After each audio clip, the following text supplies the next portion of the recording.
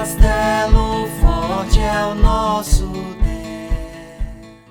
E quero convidar os irmãos para que possamos abrir a palavra do nosso Senhor no livro do profeta Jonas, livro no qual nós meditaremos nesta noite nos 2 primeiros versículos deste livro. Jonas, capítulo 1, nós vamos ler os versículos 1 e 2 para a nossa meditação nesta noite.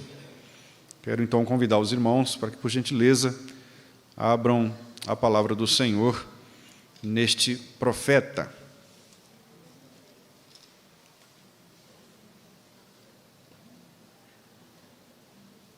Livro do profeta Jonas, capítulo 1. Nós vamos ler apenas os 2 primeiros versículos.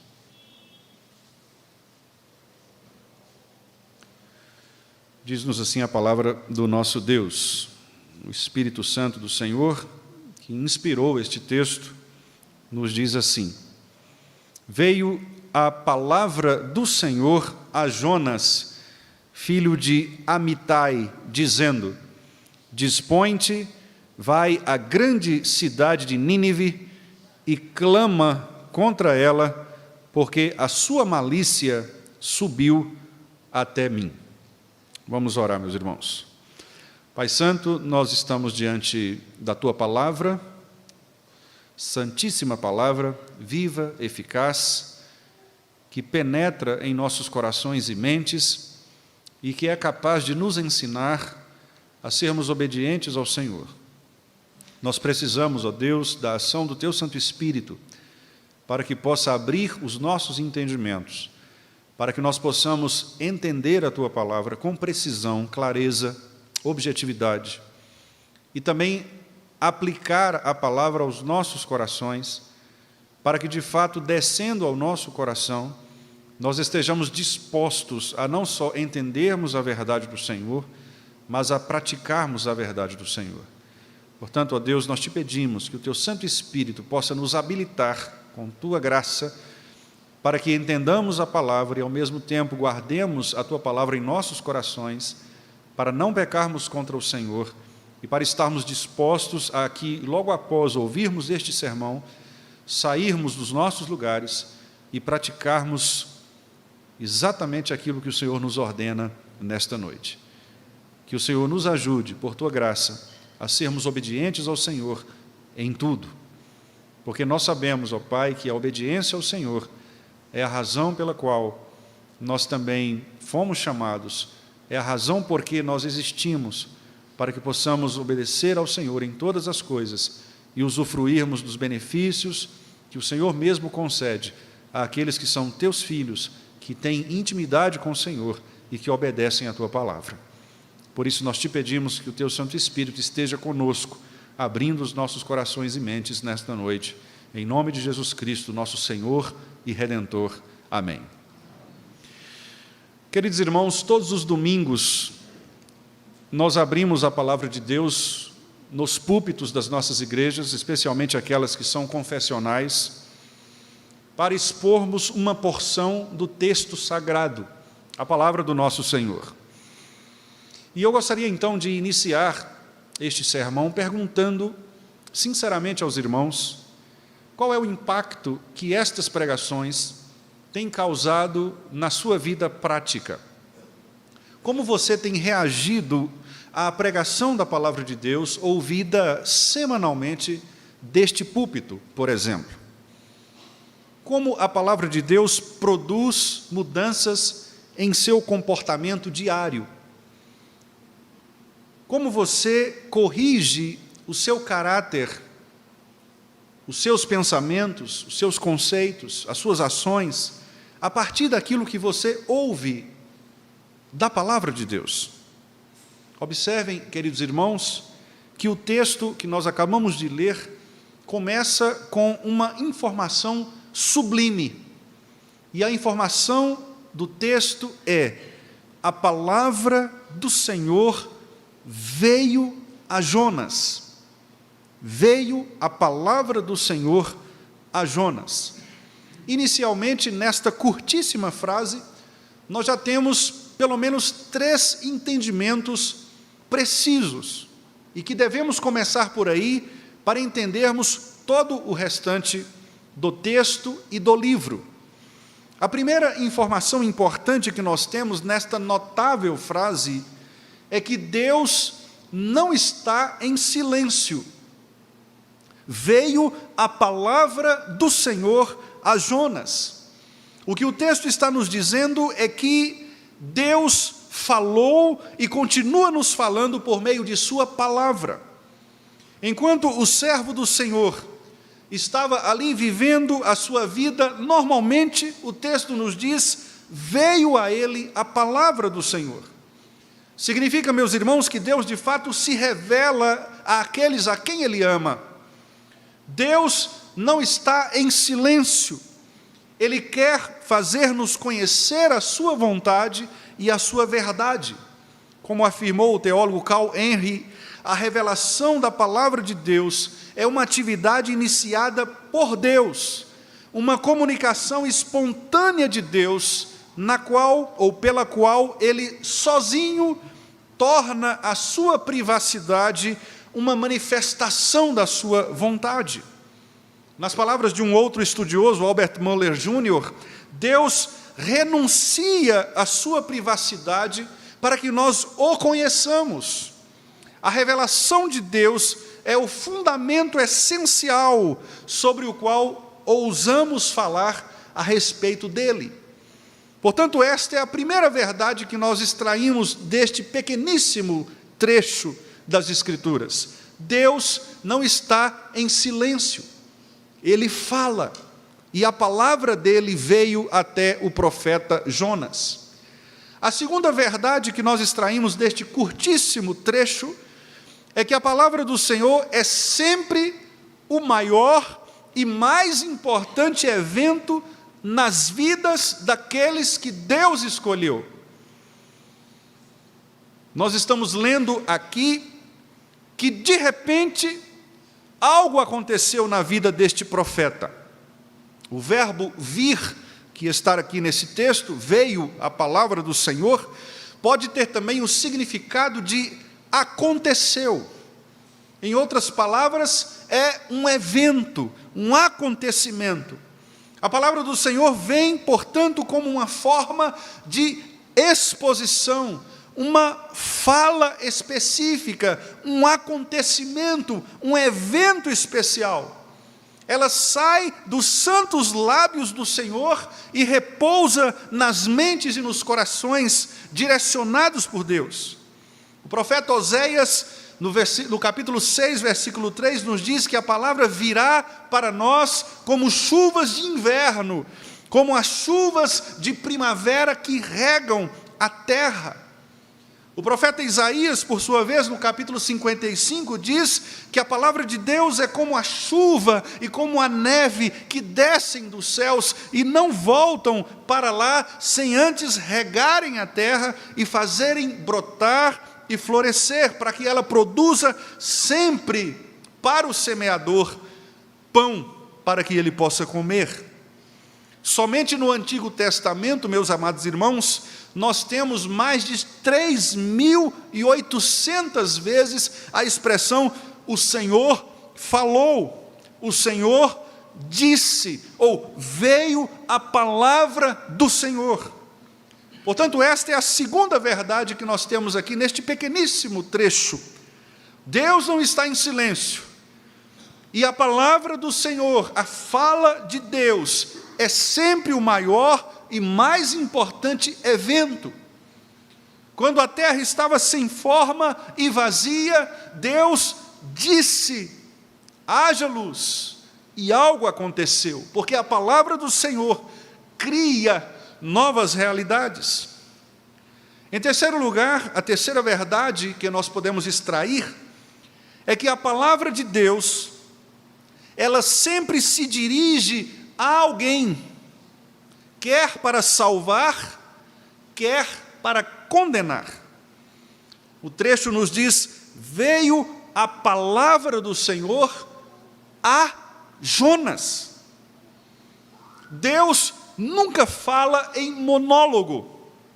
Ele sempre dirige a sua palavra a alguém. a fim de que haja transformação. A palavra do Senhor vem até nós, de modo específico. Ela vem até mim, vem até vocês. Porque Deus usa a sua palavra para cumprir os seus propósitos soberanos. E é por meio da palavra que nós conhecemos o nosso Deus, conhecemos o que Ele quer de nós e ajustamos as nossas vidas a fim de obedecermos a Ele.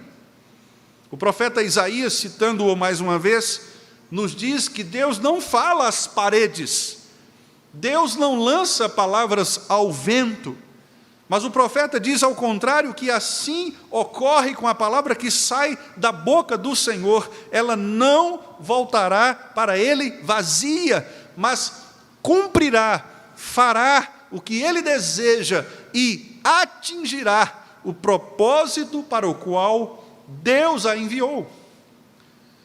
Por isso, meus amados irmãos, a palavra de Deus jamais se torna sem sentido, vazia, inócua. Ao contrário disto, ela sempre cumpre um propósito designado, quer para salvar as pessoas, quer para condenar as pessoas. Observem então que a partir destes três pressupostos, o primeiro de que Deus não está em silêncio, Ele fala por meio da sua palavra. O segundo de que a palavra é sempre o maior e mais importante evento em nossas vidas. E o terceiro de que a palavra sempre se dirige a alguém para salvar ou condenar. A partir desses três pressupostos, nós percebemos agora que o texto do profeta Jonas começa trazendo Deus como o destaque.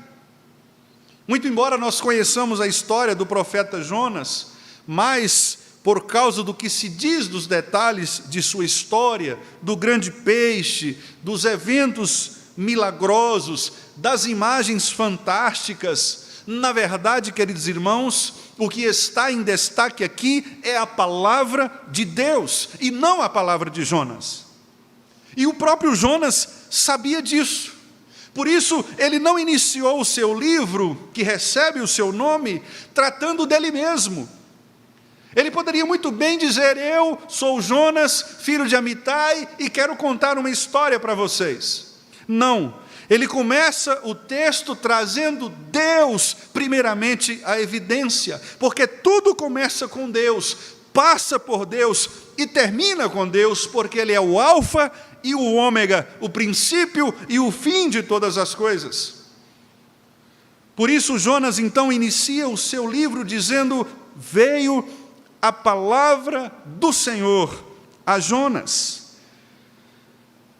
Jonas resolveu, meus queridos irmãos, dar-nos testemunho do que Deus falou a respeito de si mesmo, do ser de Deus. O objetivo de Jonas, portanto, é nos direcionar para Deus, a fim de ouvirmos as doces palavras do Senhor, sua fascinante voz, e neste caso especificamente, no primeiro versículo, no segundo versículo que nós lemos, apresentar-nos um chamado irresistível e surpreendente da parte de Deus para Jonas. O livro de Jonas, amados irmãos, é um livro belíssimo, tanto em sua mensagem quanto em sua composição. Permita-me, antes de apresentar o argumento do versículo 2, fazer uma breve introdução deste livro ou desta história. Jonas, Ioná ben Amitai, ou Jonas, filho de Amitai, foi nascido em Gat-Hefer, a mais ou menos 5 quilômetros de Nazaré, na aldeia de Zebulon. Jonas significa pomba, um pombo, a ave. Jonas profetizou mais ou menos por volta de 782 a 753 antes de Cristo, no Reino do Norte, Israel. Curiosamente, no Antigo Testamento, a palavra pomba aparece pela primeira vez no relato do dilúvio, quando Noé, depois de enviar um corvo, enviou 2 vezes pombas para ver se a água havia abaixado. Enquanto o corvo que não discriminava o alimento, podia comer os cadáveres que flutuavam na água, as pombas, ao contrário disso, retornariam, a menos que encontrassem alguma coisa para comer que não fossem cadáveres. As pombas, portanto, foram enviadas para encontrar vida e não morte, como os corvos. Curiosamente, do mesmo modo, Jonas está sendo enviado para um lugar em que há morte, em que as pessoas estão sendo julgadas pelos seus pecados, mas ele será enviado para pregar vida. E ao final do livro, nós vamos ouvir o registro de que mais de 120 mil pessoas foram convertidas pela pregação de Jonas. Ioná ben Amitai, Jonas, filho de Amitai. Amitai, o pai de Jonas, tem no seu nome um significado também muito importante. Amitai significa minha verdade, fidelidade, constância ou credibilidade. Portanto, simples como uma pomba e também confiável e constante como a própria verdade. Este era o caráter de Jonas. Nós não temos muitas informações na Bíblia a respeito dele, apenas uma menção em 2 Reis, capítulo 14, versículos 23 a 29, que menciona o nome do profeta Jonas, que teria, no reinado de Jeroboão II, predito que o rei restauraria Israel desde o Mar Morto até as fronteiras de Ramate. O texto de Reis nos informa que Jeroboão foi o quarto monarca da dinastia de Jeú, considerado o mais notável rei do Reino do Norte, Israel. E diz o texto que ele ouviu as palavras de Jonas. Jonas declarou que Jeroboão estava prestes a recuperar os territórios perdidos para Hazael, rei da Síria, em tempos passados. E isso de fato aconteceu, o que trouxe grande repercussão e que tornou Jonas bastante popular para o rei Jeroboão e no Reino do Norte, em Israel. O texto então está nos dizendo deste homem que ele recebeu uma palavra específica do Senhor. Veio a palavra do Senhor a Jonas, filho de Amitai. Agora, meus irmãos, nós somos, portanto, encaminhados para o segundo versículo. E no segundo versículo nós temos a informação de qual é a mensagem do Senhor para este profeta. A palavra veio. Que palavra? O que Jonas deveria fazer? Porque, de fato, como eu disse no início, quando a palavra de Deus vem até nós, há sempre algo que nós devemos fazer em obediência a esta palavra. Sempre que nós ouvimos a pregação da palavra do Senhor, nós ouvimos um surpreendente chamado de Deus para nós. De modo que nós não podemos ficar parados, paralisados, inertes diante da mensagem. Mas todas as vezes que nós ouvimos a palavra do Senhor, Ele está nos chamando para fazer algo em favor do seu reino.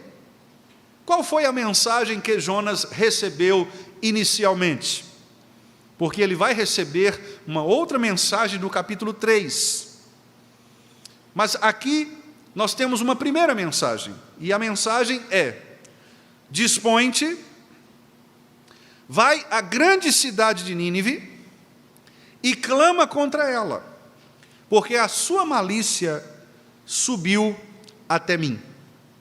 Uma outra tradução possível a este versículo seria: levante-se, vá à grande cidade de Nínive e pregue contra ela, porque a sua maldade subiu até a minha presença.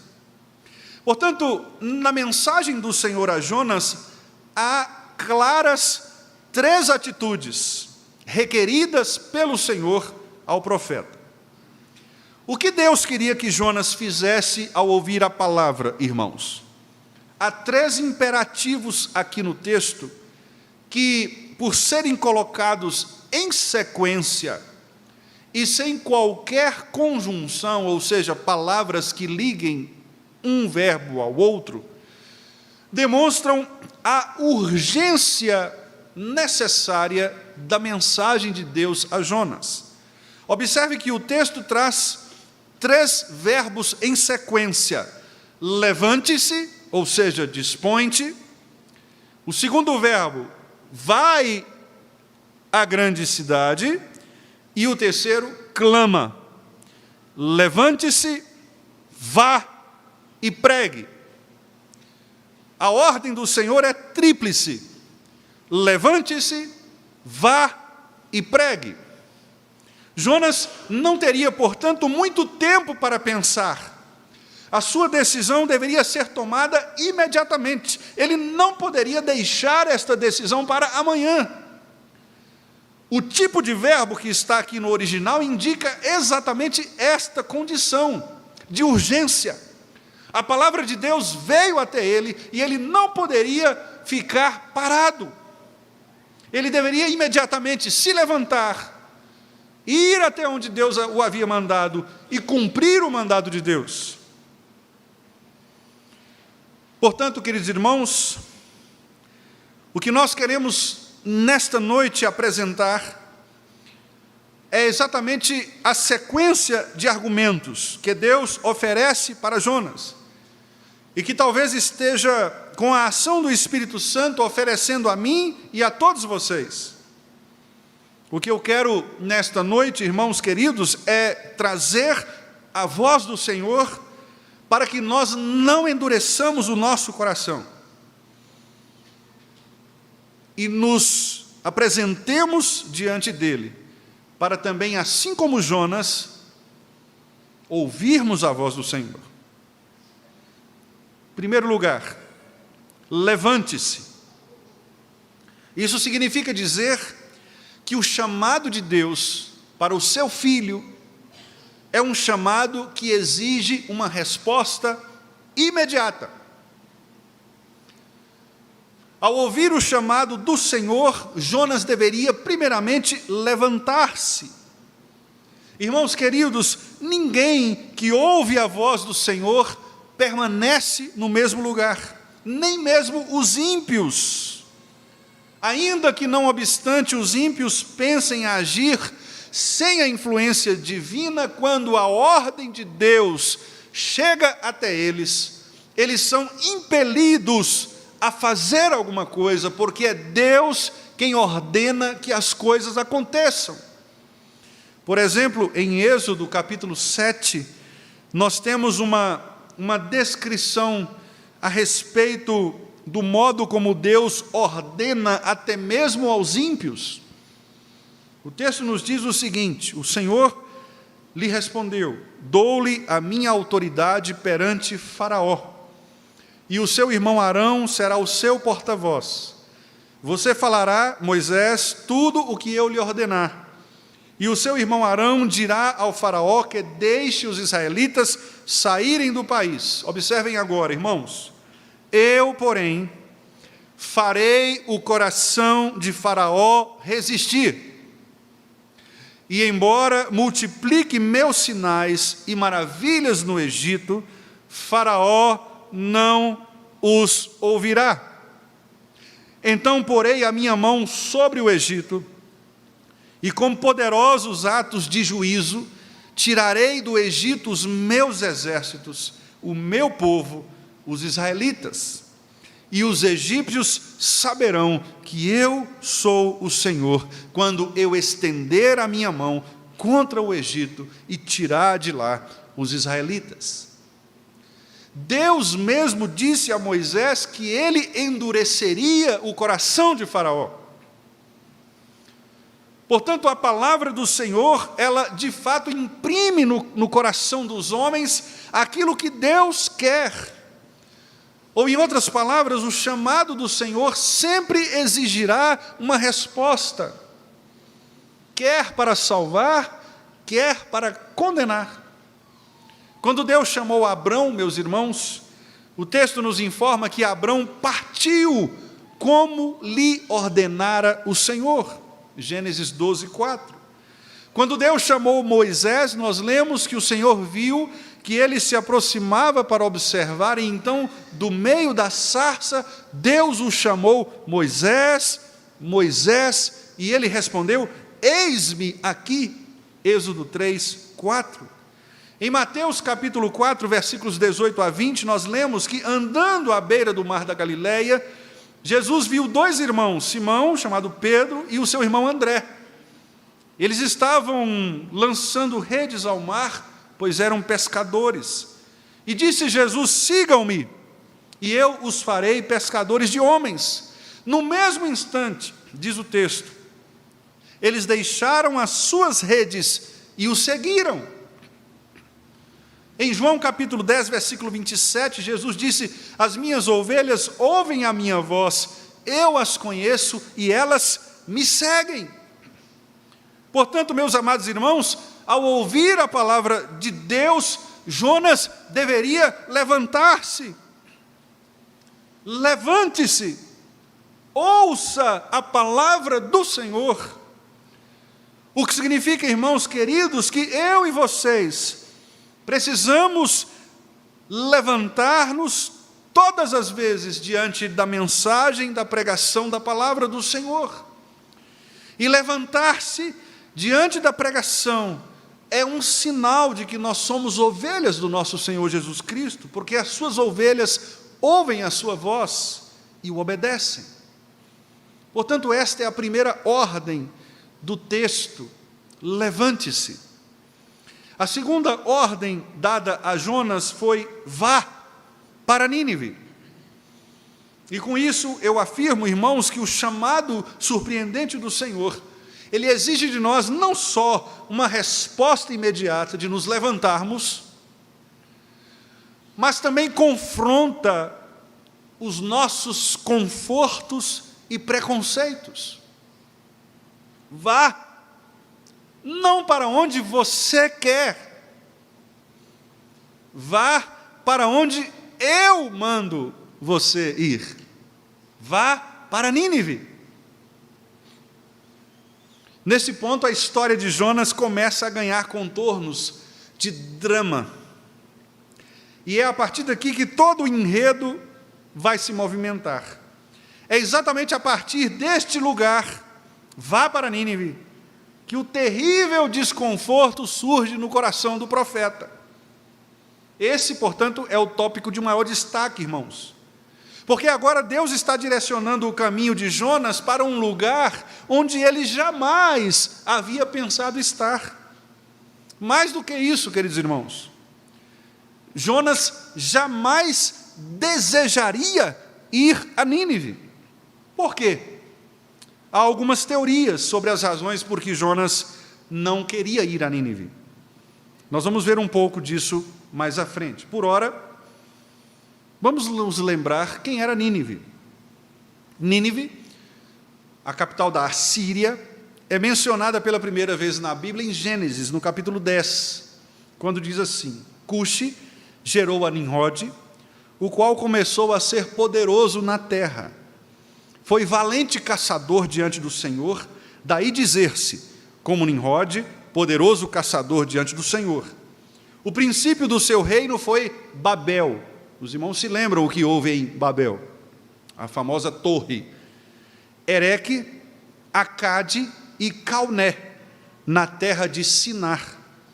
Daquela terra saiu ele para a Assíria e edificou Nínive, Reobote-ir e Calá. Portanto, irmãos, a biografia em Gênesis e o lugar onde Nínive está colocada na narrativa demonstram a violência do processo de edificação do Império Babilônico e também do Império Assírio, a partir de Babel e de Nínive. O texto nos informa que Nimrode, cujo significado é rebelaremos, ele se tornou um poderoso caçador, uma espécie de tirano, um guerreiro muito violento, alguém muito temido na sua região, especialmente pelos seus métodos de conquista, métodos violentíssimos.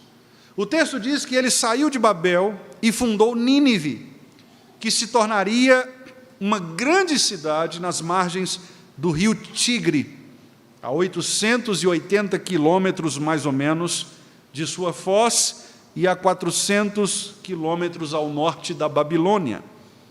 Hoje, Nínive compreende uma província de Ninaua, a atual Mossul, que fica no norte do Iraque, a terceira cidade do país, menor apenas do que Bagdá e Bassorá. O texto nos diz que Nínive era uma florescente capital do Império Assírio, e que foi a casa do rei Sinaqueribe, rei da Assíria, durante o reinado do rei Ezequias e da carreira profética do profeta Isaías. De acordo com as Escrituras, irmãos, Nínive foi também o lugar onde Senaqueribe morreu, nas mãos de seus 2 filhos, após uma derrota numa determinada guerra. Nínive é mencionada na história da humanidade, no século XVIII a.C., como um centro de adoração a Istá, uma deusa antiga que, dentre as diversas formas de culto, praticava também os rituais de morte, de sacrifício e também de orgias. No século XIX, nós somos informados de que houve uma grande descoberta na região da Assíria, e foram encontrados várias armas de guerra que se tornaram símbolos da ação do Império Assírio em Nínive contra o povo de Israel. Foram carros de guerra, espadas, armas de cavalaria, arqueiros, lanceiros e outras formas de armas. Há uma narrativa, irmãos queridos, nos registros de Assurbanipal, um dos reis assírios, em que ele dizia o seguinte a respeito dos exércitos que ele enfrentava: eu esfolei muitos dos nobres que haviam se rebelado contra mim e dependurei suas peles. Fiz uma pilha de corpos e alguns corpos espalhados da pilha ergui em estacas sobre a pilha. Esfolei muitos da minha terra, dependurei suas peles sobre paredes. Seguindo, ele ainda diz assim: cortei as gargantas dos exércitos inimigos como se corta gargantas de cordeiros. Empinei seus corcéis para atrelá-los, mergulhá-los nas correntes do seu próprio sangue. As rodas do meu carro de guerra passava por sobre eles, de modo que o sangue espirrasse em mim. Cortei suas partes íntimas e as espalhei como sementes de pepino. Além disso, amados irmãos, nós somos informados pelo texto bíblico de idolatria, perversão e extrema violência contra os inimigos, incluindo os israelitas. Por essas e outras inúmeras características de impiedade e crueldade, irmãos, a Assíria seria o último lugar do mundo onde um israelita como Jonas gostaria e poderia estar. Seria comparável, nos nossos dias, a enviar talvez um rabino judeu para pregar no centro de Berlim, na Alemanha, na época da Segunda Guerra Mundial, 1941, por exemplo. Ou nos dias de hoje, talvez, enviarmos um missionário declaradamente cristão para pregar publicamente a palavra de Cristo na Coreia do Norte, no Afeganistão, no Paquistão ou na Nigéria, onde no ano passado mais ou menos 3.530 cristãos foram mortos em razão de sua fé em Jesus Cristo. Agora, no último Supremo Concílio, fomos informados por um irmão que é missionário numa dessas regiões, que o governo estava enviando para a prisão pessoas que tinham as Bíblias baixadas nos seus celulares. Igrejas sendo explodidas. Um presbítero foi morto este ano, no Iraque, por pregar o Evangelho em lugar público. A história de Jonas nos mostra exatamente isto. Ir para Nínive significava ir para a morte. O que Deus está fazendo aqui é mandando Jonas para morrer. Jonas estava indo para um campo de morte, para a sua sepultura. Até esse momento do texto, irmãos, nós não sabemos ainda o final da história. Até aqui, Deus está enviando Jonas para a cruz. Será que Jonas voltaria vivo da sua missão? Não sabemos até o momento. O que sabemos é que o chamado do Senhor para Jonas, para ir até Nínive, era um chamado de morte. Então, antes de nós pensarmos em condenar Jonas por ter fugido, tentado ir para Tarsis, nós devemos imaginar que a ordem de Deus era uma ordem absolutamente mortal para aquele homem. Era o único lugar do mundo onde Jonas não poderia estar, porque perderia sua própria vida. Mas, meus amados irmãos, viver o Evangelho não é outra coisa senão desgastar-se e até mesmo dispor a sua própria vida. O nosso Senhor Jesus Cristo disse exatamente isto. O nosso Senhor Jesus Cristo disse que se alguém vem a mim e não me ama mais do que seu pai, sua mãe, sua mulher, seus filhos, seus irmãos, suas irmãs e até a sua própria vida, não pode ser meu discípulo. E quem não tomar a sua cruz e vier após mim, não pode ser meu discípulo. O que o nosso Senhor Jesus Cristo está nos ensinando é que viver a vida cristã de obediência a Ele, com sinceridade, piedade, significa de fato, muitas vezes, oferecer o nosso corpo para ser queimado. E por isso mesmo, amados irmãos, a palavra do profeta Jonas, contando a sua história, deve nos emocionar, no sentido de mostrar que aquele irmão estava sendo confrontado pelo Senhor para ir à cruz, ir à morte. Mas em terceiro lugar, meus irmãos, o terceiro verbo que aparece aqui é o verbo pregue, ou clame, contra ela. Então, o chamado surpreendente do Senhor exige de nós uma resposta imediata, levante-se. Exige de nós uma resposta que também confronta os nossos confortos e preconceitos, porque nós vamos nos levantar para irmos a um lugar indesejado, ou fazer algo contra a nossa própria expectativa. E agora, irmãos, em último lugar, o chamado do Senhor nos leva para pregar a justiça e a misericórdia do Senhor às pessoas.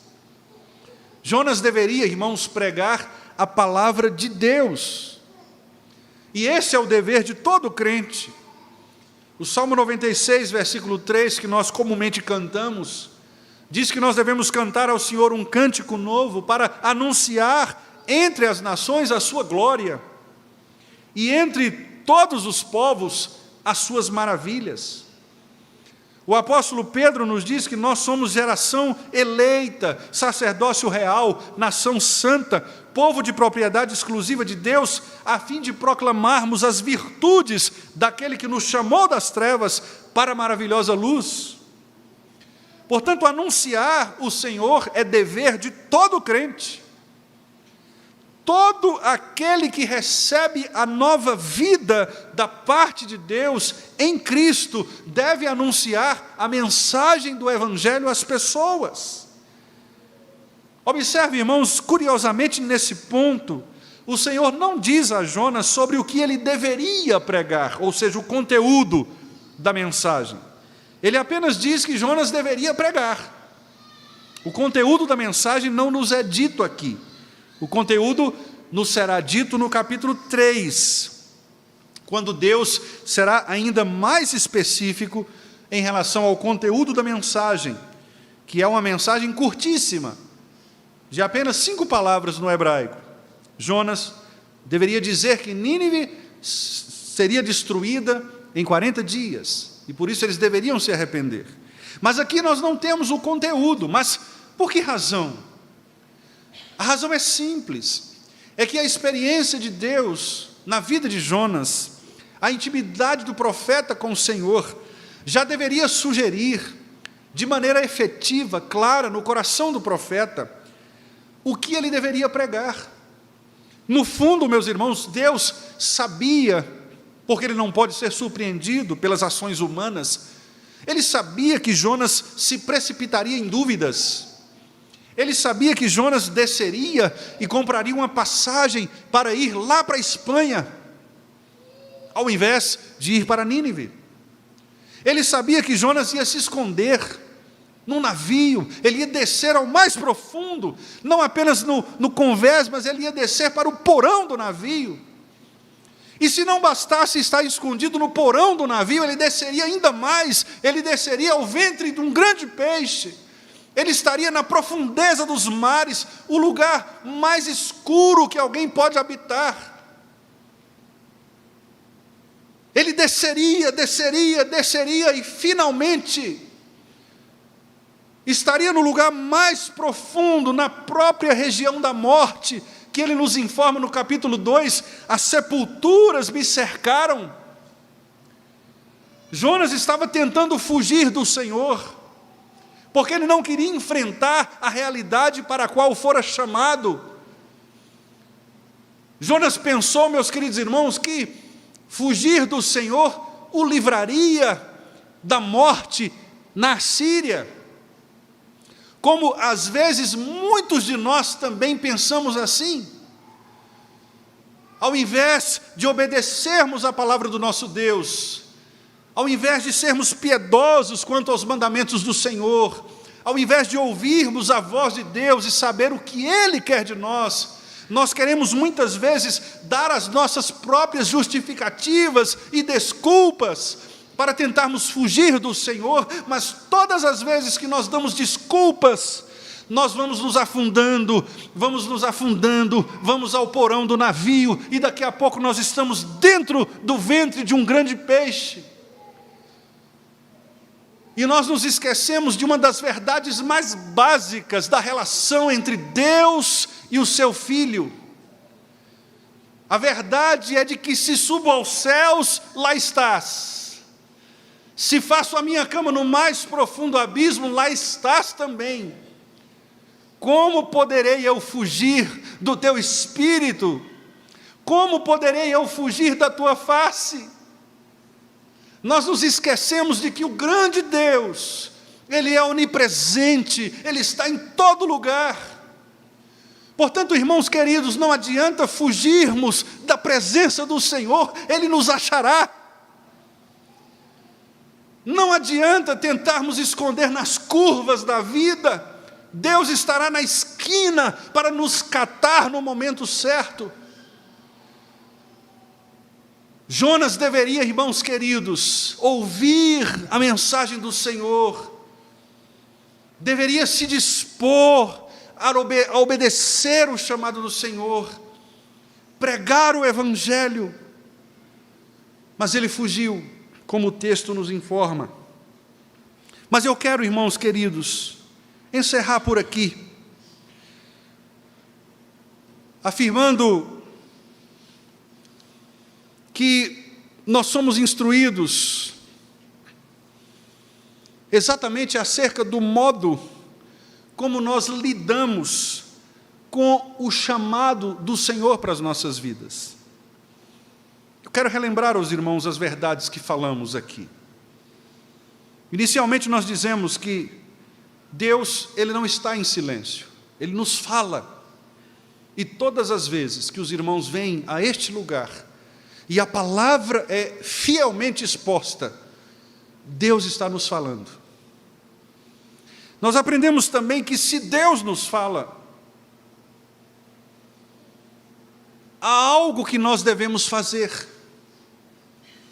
Porque a palavra de Deus, ela não fala para o vazio, mas ela fala ao coração de alguém, de modo específico, especial. Nós aprendemos também, irmãos queridos, que quando Deus nos fala individualmente, Ele quer que nós tomemos uma atitude. E neste pequeníssimo trecho, nós temos 3 atitudes. A primeira, devemos nos levantar, abandonar a nossa inércia, levantar-nos de nossa comodidade e obedecermos ao Senhor. Eu não sei, querido, qual é o desafio que Deus colocou no seu coração. Talvez você esteja engasgado há anos com um problema na sua vida e Deus tem falado com você constantemente. É a hora de se levantar, sair dessa condição de amarra, de algema, lançar fora aquilo que te prende. Porque a Escritura diz que se nós não abandonarmos os pesos que se agarram a nós, nós não completaremos a carreira. Então, se há alguma coisa que te prende, se há algo que te impede de ser mais crente, jogue fora. Levante-se. A segunda mensagem é que Deus, muitas vezes, nesse processo, vai fazer com que você tenha de tomar uma decisão dificílima. Como era a decisão de Jonas ir para um lugar de morte. Eu não sei qual será o seu desafio, qual é a sua decisão, qual é o seu problema, mas às vezes o seu problema pode colocar você numa situação de um problema ainda maior. Talvez o seu problema seja romper um relacionamento difícil, complexo, com um amigo que tem afastado você do Evangelho. Talvez você tenha que dizer: olha, eu não quero mais ser seu amigo, porque eu prefiro ser amigo de Jesus. Talvez seja um vício, um pecado, não sei. Mas talvez você tenha que tomar uma decisão dificílima. Mas, meus queridos irmãos, o nosso Senhor Jesus Cristo diz que se o nosso olho nos faz pecar, é melhor entrarmos com um olho só no céu do que com os 2 no inferno. Então é preferível que nós enfrentemos as barreiras, os desafios, as lutas, agora em obediência ao Senhor, do que vivermos uma vida de auto-engano, desobediente a Ele. A ordem para Jonas era dificílima, mas o Senhor também quer que nós caminhemos até a cruz. A decisão que eu tenho que tomar, que os irmãos têm que tomar, pode ser uma decisão dificílima,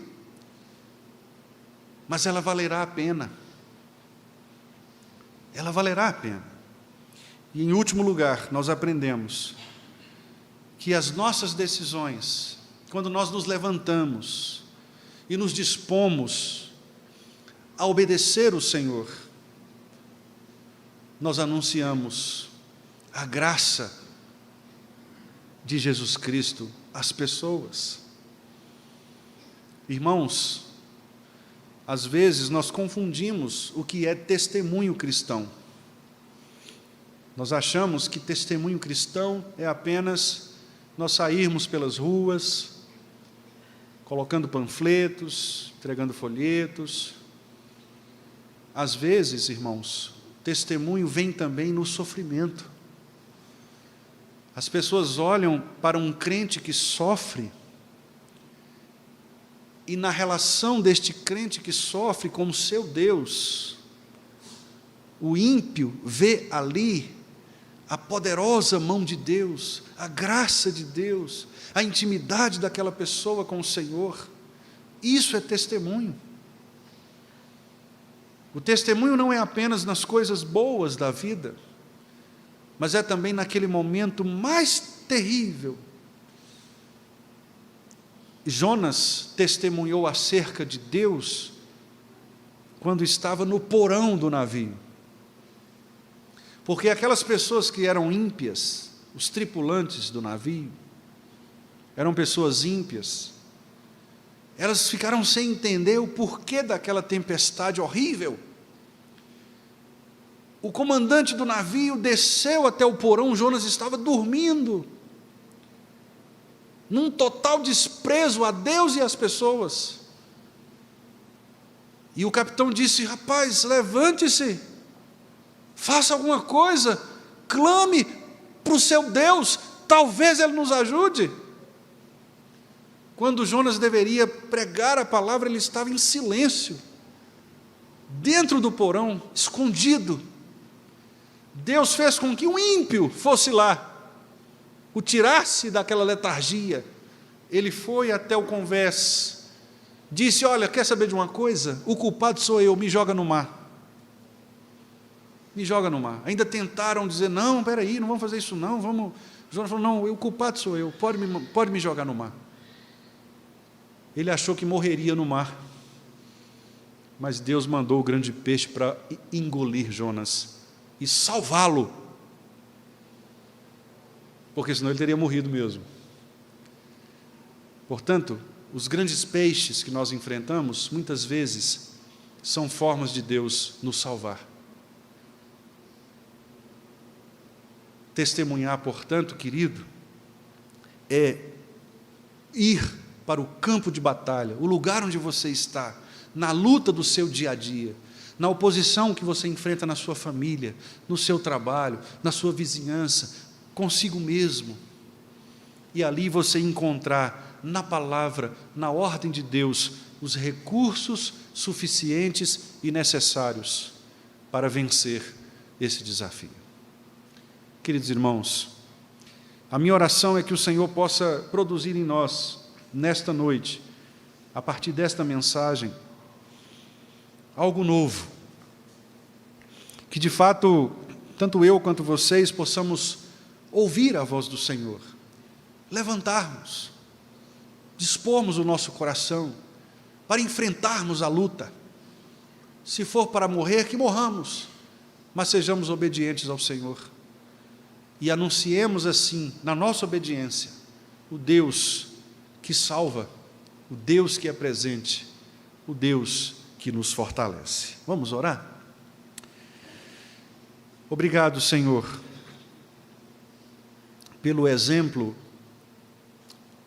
que o Senhor nos dá na Tua palavra, de homens comuns, como nós, que também foram desafiados a viverem uma vida de obediência à Tua palavra.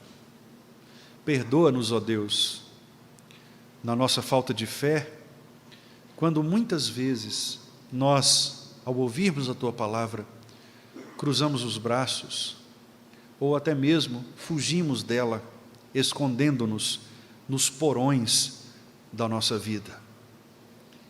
Pedimos-te, ó Pai, que o teu Santo Espírito nos vivifique, ressuscite cada alma de sua letargia, devida ao vale de ossos secos, para que assim, Senhor, renascidos, trazidos à vida novamente, possamos testemunhar o teu nome, possamos honrar o teu nome em obediência por fé.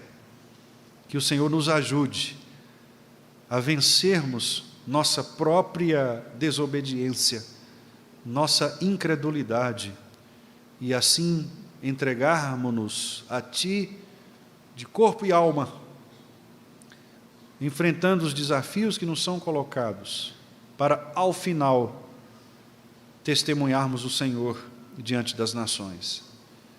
Que as verdades que cantamos aqui nesta noite possam se fazer presentes na nossa vida, todos os dias. Que, de fato, nós estejamos dispostos para fazer o que o Senhor nos ordenar. Que, de fato, o teu chamado possa ser para nós um chamado irresistível. E que em todas as coisas sejamos obedientes a Ti. É o que nós te pedimos, Pai, em Cristo Jesus, nosso Senhor e Redentor. Amém.